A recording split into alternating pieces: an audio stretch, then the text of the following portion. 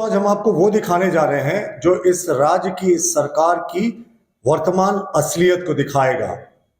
The lies of Hemant Soren exposed. Hemant Soren और झारखंड मुक्ति मोर्चा के झूठ एक्सपोज्ड होंगे और वो हम आपको दस्तावेजों के साथ करेंगे। देखिए, आपको याद होगा कि जिस समय पूर्व मुख्यमंत्री हेमंत सोरेन मिस्टर इंडिया की तरह 40 घंटे गायब हो गए थे, उनके घर में ईडी का रेड पड़ा था और उस समय जो बातें हुई थी 40 घंटे के बाद वो झारखंड में प्रकट हुए, रांची में प्रकट हुए और 40 घंटे तक इस राज्य का कोई मालिक नहीं था। सबसे महत्वपूर्ण बात थी कि जो ईडी का उस समय उनके घर में रेड या सर्वे, जिसे भी आप जो भी कर ले, जो भी नाम दे दे, वो चला। ईडी के उस रेड में पूर्व मुख्यमंत्री हेमंत सोरेन, जो उस समय वर्तमान मुख्यमंत्री थे, उनके रूम के वार्डरोब से 36 लाख रुपए बरामद हुए थे। ये ईडी ने अपनी रिपोर्ट में कहा है, ये सार्वजनिक दस्तावेज है, सब जगह उपलब्ध है। 36 लाख रुपए ईडी ने बरामद किए थे पूर्व मुख्यमंत्री हेमंत सोरेन के वार्डरोब से।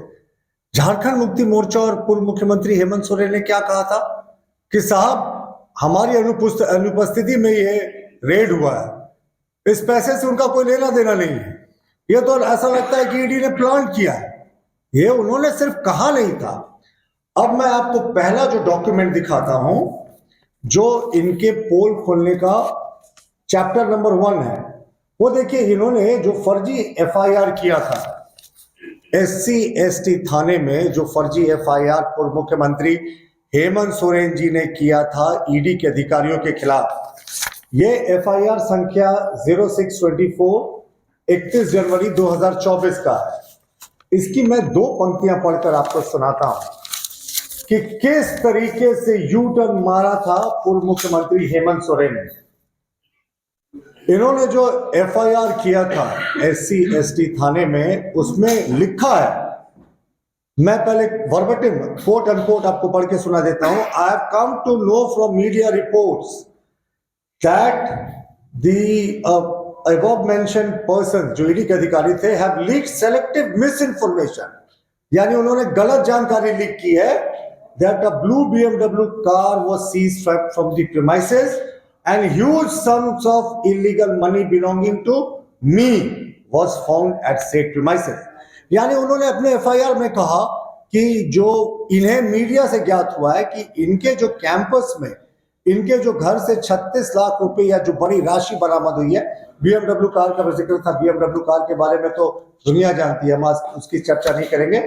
वो जो अवैध पैसा था, इन्होंने कहा कि हमारे जो घर से बरामद हुआ था, I do not own any illegal cash recovered from my house. इनका साफ इस एफआईआर में कहना था कि जो 36 लाख रुपए बरामद हुए हैं, मैंने तो वो अंडरलाइन भी कर दिया, ये जो 36 लाख रुपए बरामद हुए हैं मेरे घर से, ये मेरे नहीं है, ये अवैध जो पैसा बरामद हुआ उससे मेरा कोई लेना देना नहीं।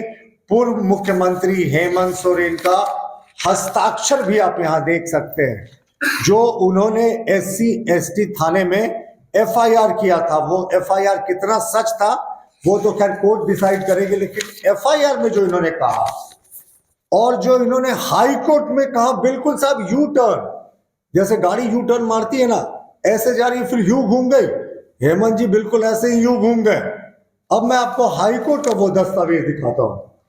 ये WPCR नंबर 68 ऑफ 2024, ये केस में जो हेमंत सोरेन जी ने आवेदन दिया था उच्च न्यायालय में, बिल्कुल यू टर्न है इनका, बिल्कुल जो कथनी है ये बिल्कुल बदल गया।